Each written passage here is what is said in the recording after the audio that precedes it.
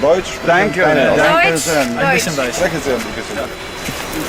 Ist nicht so? Von Thessaloniki. Oh, wow. I recognize this. Und alles ist original 1954. Motor, alles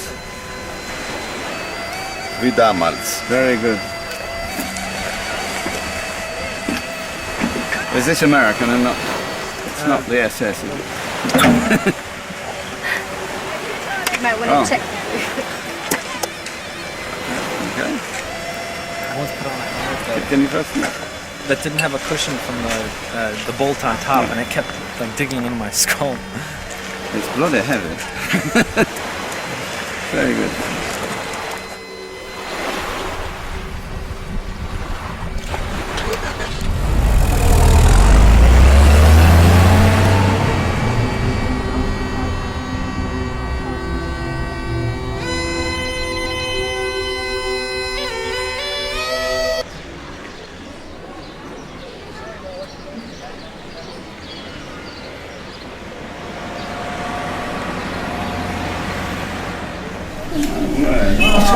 What are you doing? How are we doing? Nice to see you. So did you get here all right? Did Yes, you? no problem. Apart from the flight being late. We waited 4 hours. We heard, yeah. Yeah. Just absolute chaos. And they were fighting. There was a guy laid down in front of our car to let somebody else, get into the queue. And we've got some young people somewhere. Yes, we haven't met. This, believe it or not, is Christian. Yeah, we have See you again. before. Nice to see you, Christian. Tony, Ian. And this is Hania from Hi. LSE. Nice to meet you. Hello. Tony. The Jeep isn't with us for various reasons, although we have a Jeep. But there's a Jeep museum in Istanbul, which we hope to visit.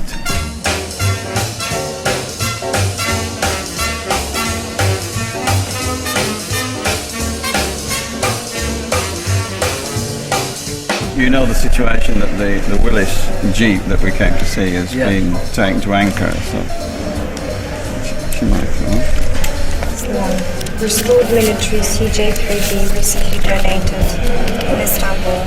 Cylinder capacity 2200. 2 litres, big engine, yeah. 97 kilometres an hour, so that's maximum speed. 900 kilometres an hour, I-60. It cost us £100. I think it was more like £30 each. I think All right, within £5. But How much would it cost now? should we say £600 each times 4? in today's Today's value, yeah. At least. 50 years is equivalent to the passage of 2 whole generations. Roger, Ian, Tony and I belong to the grandfather's brigade. Our children are already adults, and most of them have children of their own. But this really is one of the great divides of the world. This is where Europe finishes. The border of Europe is not very clear in many places, but here it is. It's ever since the Greeks invented the name of Europe, and they had the legend of Europa being taken across to Crete. This was Asia Minor, and that was Europe. Is this the final frontier? It was in those days. It was in a way the first continental frontier where the 2 worlds met.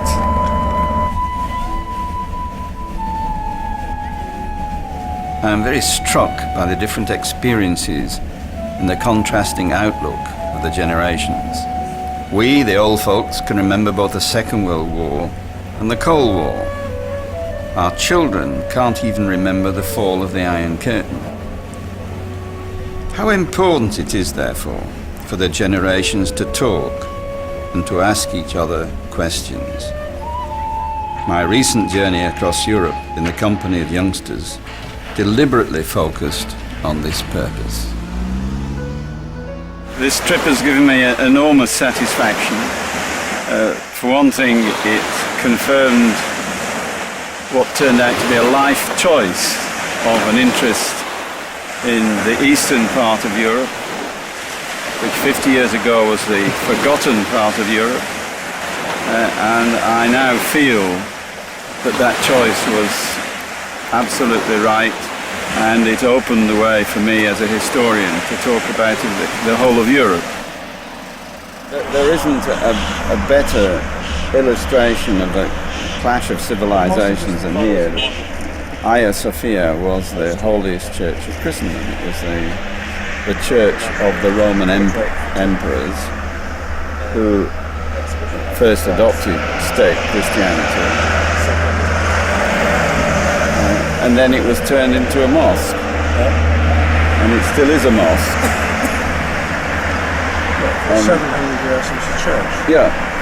So it was the symbol of the power of Roman Christendom, and then the symbol of the Sultan of Islam. And now we're wondering whether all this country will join the European Union. But that's another story. Well, I'm used to hearing lectures from my father, either about history or anything else. But when we travelled, he would know so much about the places that we went to. And one of the interesting things, actually, is I learned a lot about him that I didn't know, or he tells stories that I'd never heard before. I learn a lot, not just from him about the outside, but actually from the outside I learned a lot about him as well.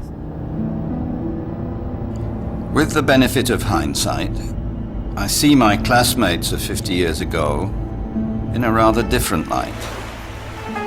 I am more interested now than I was in their personalities and in their different paths to maturity. We made a good team. Each of us had a part to play, and we never had a serious row in 6,000 miles.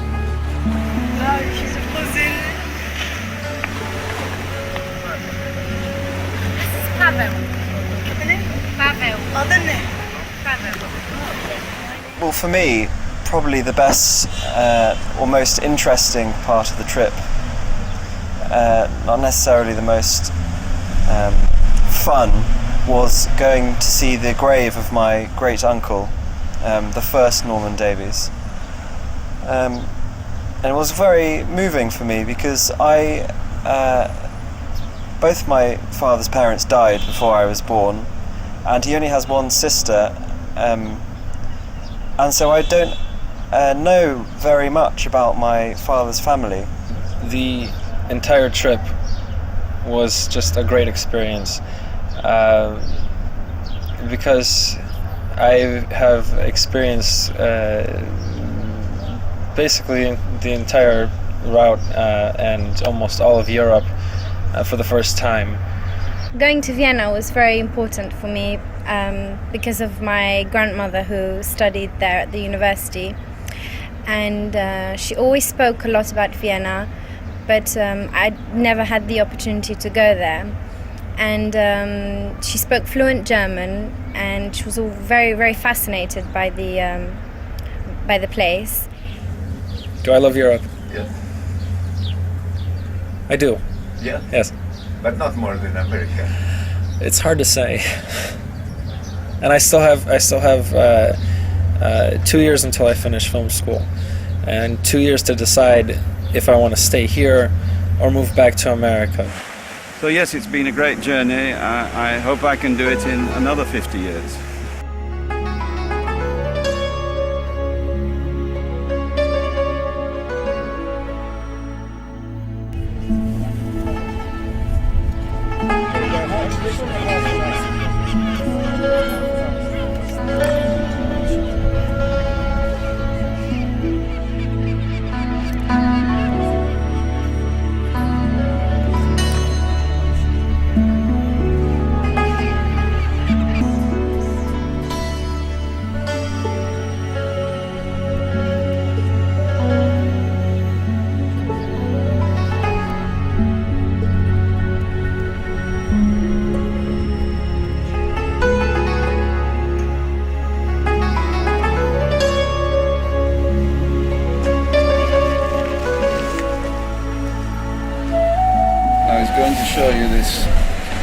map which I managed to find in Istanbul today. It's an Ottoman map of Europe, but one of the interesting things, of course, it shows no difference between Europe and Asia. But whether Europe is just a geographical area or something more is a big question. I think it's three things. Europe is a peninsula of Eurasia, a geographical entity. It's a civilization which grew up on this peninsula, and then of course Europe is a political project which is now on the way with the European Union and is expanding. So again, it's difficult to say that the European Union is somewhere fixed, because it's been changing every few years, and we don't know how far it may yet expand. But we live in a world which we don't actually know where we're going. The question about civilization is that it exists not on the land, but in the people.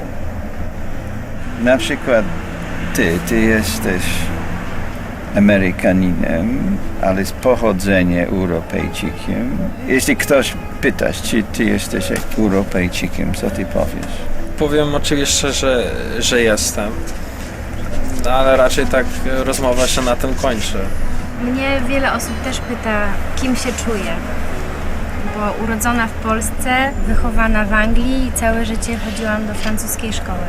Prawda jest taka, że ja się czuję Polką, owszem, najpierw, ale też Europejką. Wy jesteście z pokolenia zglobalizowanego, bo to Christian urodzony w Kalifornii, ma ojca Brytyjczyka, matkę Polką, ma 3 paszporty.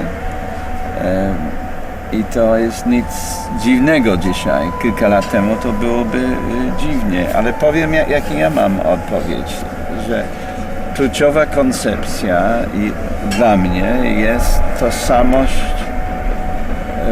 wielowarstwowa. Że ktoś jest Europejczykiem, nie wyklucza, że jest równocześnie Polakiem, czy Brytyjczykiem, czy nawet Amerykaninem. I każdy wybiera z tych portfolio możliwości to, co nam najbardziej pasuje. No, przyszłość należy do was, młodych, którzy macie mniej trudności niż starsze pokolenia. Przyszłość należy do was.